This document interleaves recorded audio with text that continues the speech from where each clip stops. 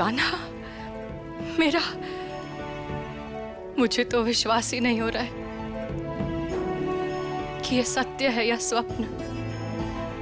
कृष्ण, यशोदा का कान्हा मेरा ही लल्ला है। किंतु यही सत्य है महारानी।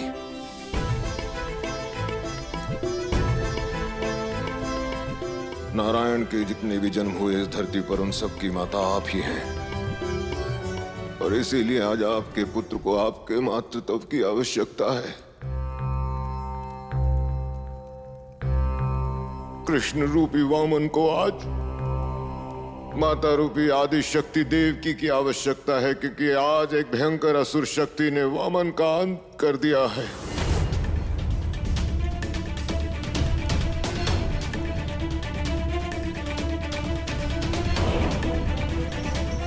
मेरे पुत्र का अंत कैसे हो सकता है गुरुदेव? ये कैसे संभव है? हाँ गुरुदेव, ये कैसे संभव हो सकता है? हमारे पुत्र के जन्म से पहले एक आकाशवाणी हुई थी कि हमारा पुत्र ही उस अधर्मी कंस का अंत करेगा। और मेरा पुत्र तो स्वयं नारायण का अवतार है, तो फिर उसका अहित कोई कैसे कर सकता है?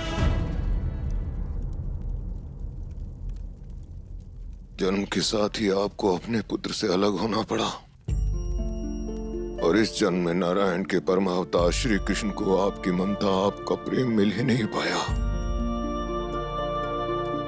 और यही उनके जीवन की सबसे निर्बल कड़ी रही। और इस निर्बल कड़ी का लाभ उठाकर वामन असुर ने कृष्ण रूपी वामन का अंत कर दिया।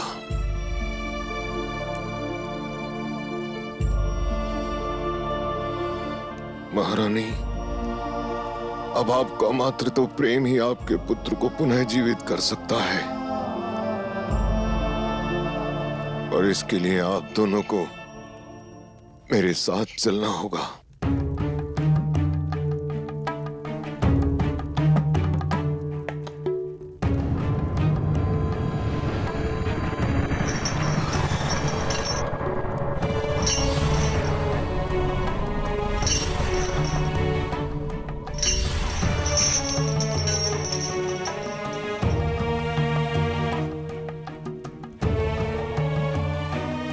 चलिए चलिए गुरुदेव।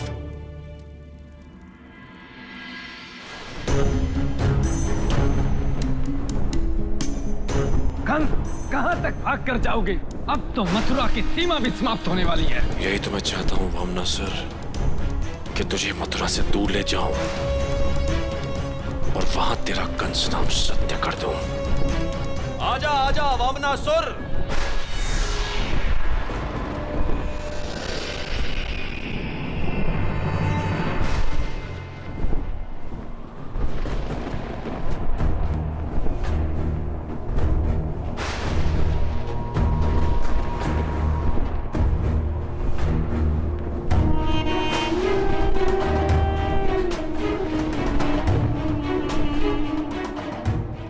आजा वामनासुर। जानता है कि तेरी सबसे बड़ी भूल क्या है? तूने देवताओं के साथ साथ भगवान कंस को भी अपना शत्रु बना लिया है। छिपने के लिए अब तुझे तीनों लोकों में कोई स्थान नहीं मिलेगा। कंस, मुझसे भाग तो तुम रहे हो। भाग नहीं रहा था मैं, तुझे यहाँ इस मृत्यु के स्थान पर लाया हूं।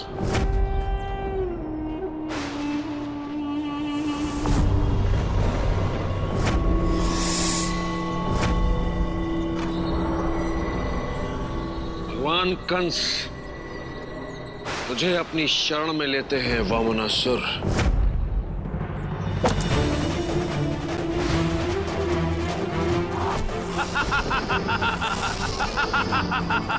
ये कैसे हो सकता है? वामनासुर के 10 रूप।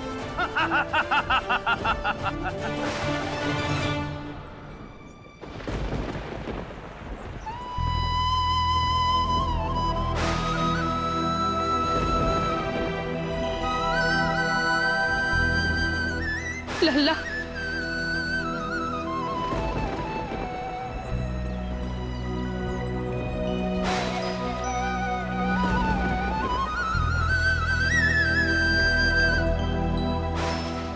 हे विधाता,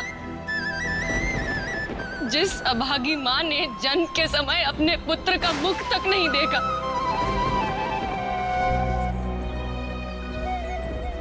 आज वो अपने पुत्र को ये किस रूप में देख रही है? वर्षों से ममता की प्यासी इस माँ के सामने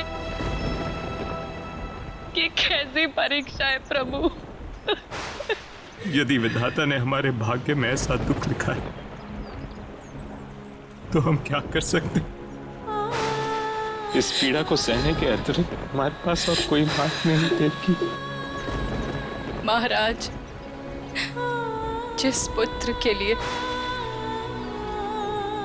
हमने कंस के अनंत यातना को हंसकर सह लिया,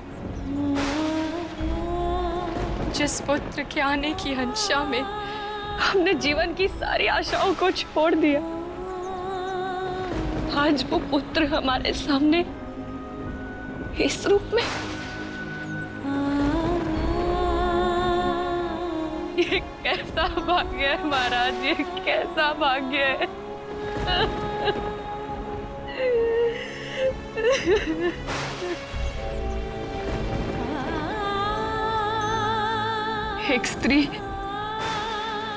एक स्त्री जीवन चक्र को आगे बढ़ाती है और आज उसी स्त्री के आंचल में ममता और वात्सल्य के स्थान पर ये राख। ये कैसा न्याय तेरा विधाता, ये कैसा न्याय।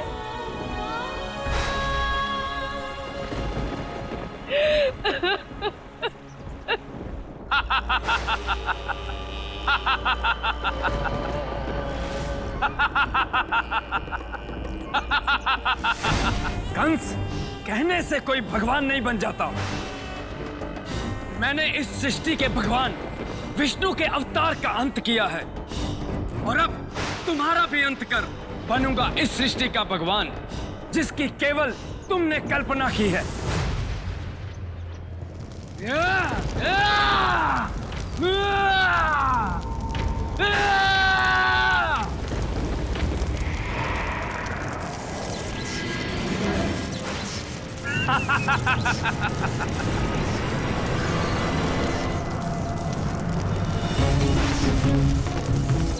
माता धनु, आप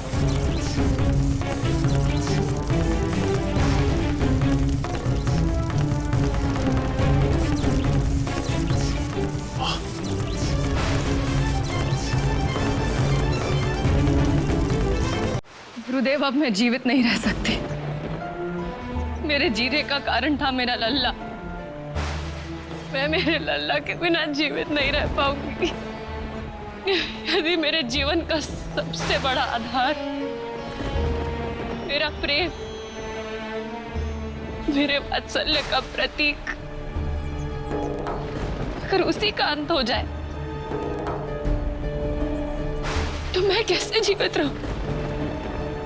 मैं नहीं रह पाऊंगी गुरुदेव, मैं जीवित नहीं रह पाऊंगी।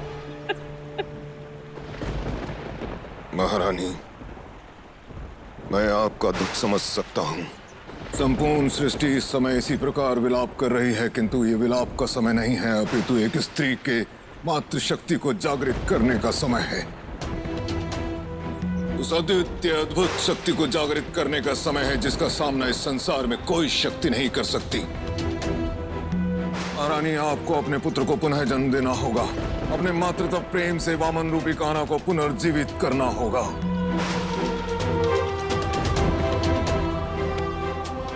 परंतु गुरुदेव, ये होगा कैसे?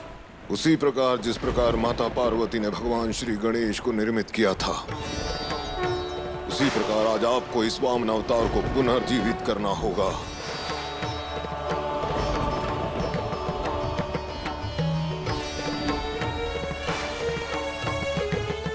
नारायण नारायण। माते, ऋषिवर गर्गाचार्य क्या कह रहे हैं? ये कैसे संभव होगा माते? देवऋषि, माता आदि शक्ति ने ही संसार को जन्म दिया है। ये संसार उन्हीं से चलायमान है। इस संसार के प्रत्येक प्राणी में उनका वास है। आदि शक्ति ब्रह्मा, विष्णु और रुद्र की जननी है। उनकी ममता मिट्टी में भी प्राण डाल सकती है। आज माता देवकी को भी यही करना है देव ऋषि। नारायण नारायण। हे माता आदिशक्ति, आपको कोटि कोटि नमन। ठीक है गुरुदेव, जिस अभागन माँ ने अपने पुत्र का मुख कभी नहीं देखा, जो वर्षों से अपने मातृत्व को सींच रही है, आज उसी मातृत्व से वो अपने पुत्र को पुनः स्वरूप देगी।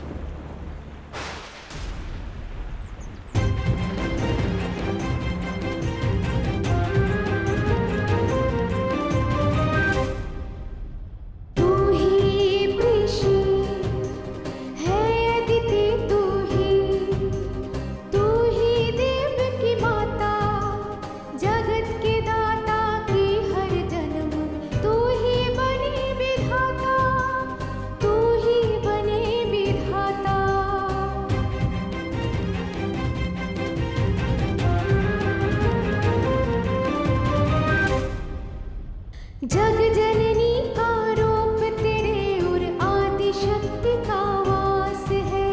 तेरे रहते सुत पर संकट आए ना विश्वास है। युगों युगों से जन्म का तू बंधन जोड़ते ईश्वर से।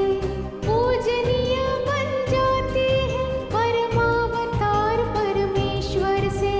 जीवन दायिनी तू पुत्रों की, ऐसा तेरा नाता। तू ही ऋषि है अदिति, तू ही देव की माता। जगत के दाता की हर जन्म तू ही बनी विधाता। तू ही बनी विधाता।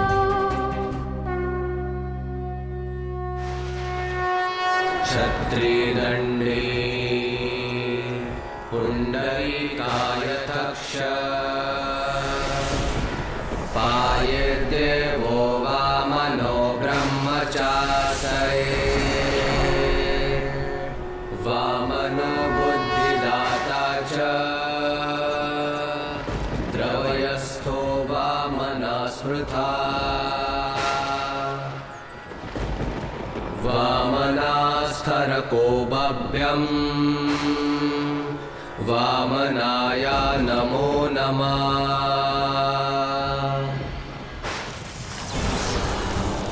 वामनासुर, इस संसार में धनु के पुत्रों का सदैव अंत होता आया है, परंतु ये प्रथम बार हुआ है जब कोई असुर किसी असुर का शत्रु हुआ हो। माता धनु, आपके लिए यही उचित होगा कि आप मेरे मार्ग से हट जाइए। हमारी लड़ाई अधिकार की लड़ाई है और हम में से जो भी योग्य होगा वही बनेगा इस सृष्टि का अधिपति। और आप तो दोनों ही स्थिति में हमारी माता रहेंगी। वामनासुर, अब तुम केवल कहने को असुर हो, क्योंकि तुम्हारे अंदर उस वामन की शक्तियां भी आ गई हैं। इसीलिए तुम कंस के शत्रु बने हुए हो। परंतु एक माता के होते हुए उसके पुत्र का कोई अहित नहीं कर सकता।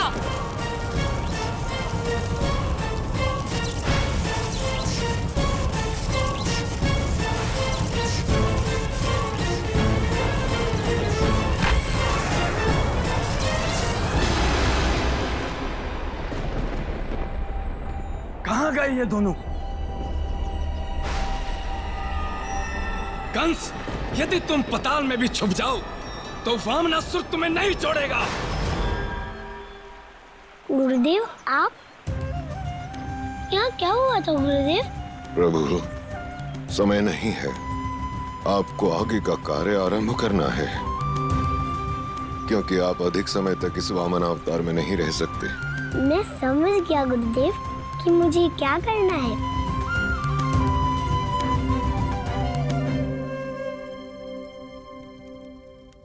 देवकी, तुम्हें इस प्रकार वहां से अचानक आने की क्या आवश्यकता थी? कम से कम अपने पुत्र को आंखें तो खोलने देती। जो पुत्र तुम्हारे स्वप्न में मोर पंख धारण करके आता था, उससे मिल तो लेती देवकी। महाराज, मैंने अपने मातृत्व का धर्म निभा दिया है। अब उसे पुत्र होने का धर्म निभाना होगा। मैं अपने लल्ला से केवल तभी मिलूंगी जब वो स्वयं यहाँ इस कारागार में अपनी मैया से मिलने आएगा। अपनी मैया की इन बेड़ियों को तोड़ेगा। मैं केवल तभी उसका मुख देखूंगी। देवकी, तुम्हें अपनी ममता पर और अपने पुत्र पर अटल विश्वास है, और तुम्हारे इस अटल विश्वास के सामने नियति भी झुक जाती है। तुम्हारी ममता का और तुम्हारे इस अटल विश्वास का मैं नमन करता हूं देवकी।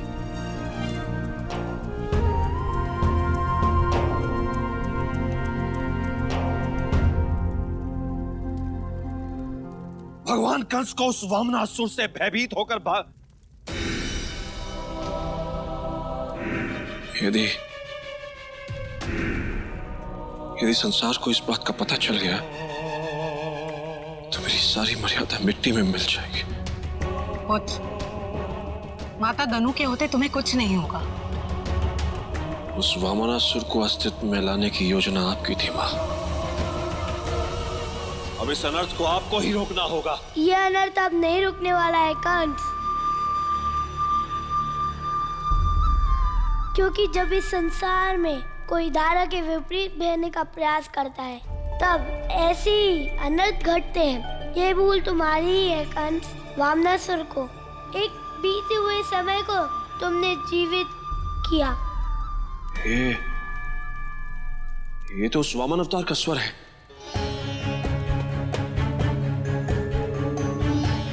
उस वामनासुर ने मेरे सम्मुख वामन अवतार का अंत किया था। नहीं, ये अवश्य उस चक्रधारी की कोई माया है। मैंने स्वयं उस वामन अवतार की भस्म अपनी आंखों से देखी है। फिर वह पुनर्जीवित कैसे हो सकता है?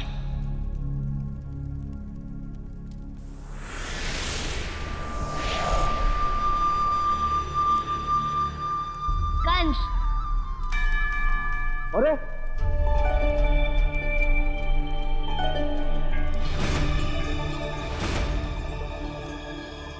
ना तो मैं जन्म लेता हूँ, ना तो मैं मरता हूँ, और ना ही मैं किसी का अंत करता हूँ।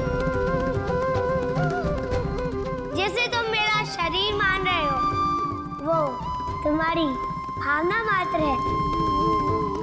कंस, मेरा ना तो कोई आकार है और ना ही कोई प्रकार। मैं निराकार हूँ। नहीं,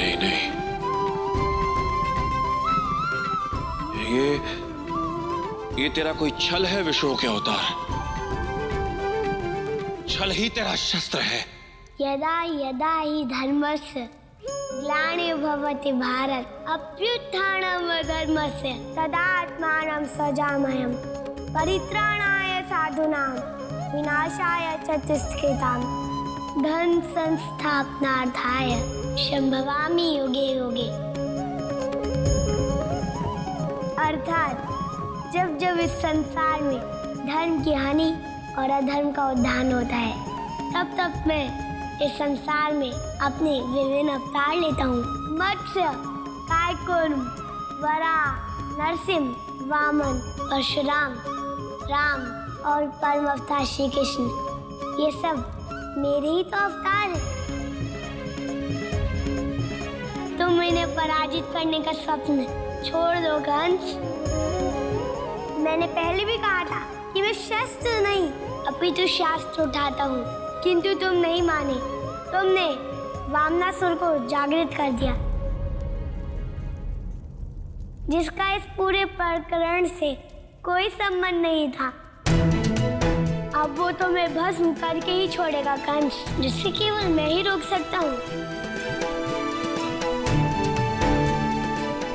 मैंने वामनासुर को उस काल में भी रोका था और इस काल में भी रोक सकता हूँ। तू वामनासुर को रोकना चाहता है, अपने ही शत्रु की रक्षा करना चाहता है। अरे छलिया, क्या मायावी है तू। चलिए बता, अब इसके बदले में तुझे भगवान कंस से क्या चाहिए?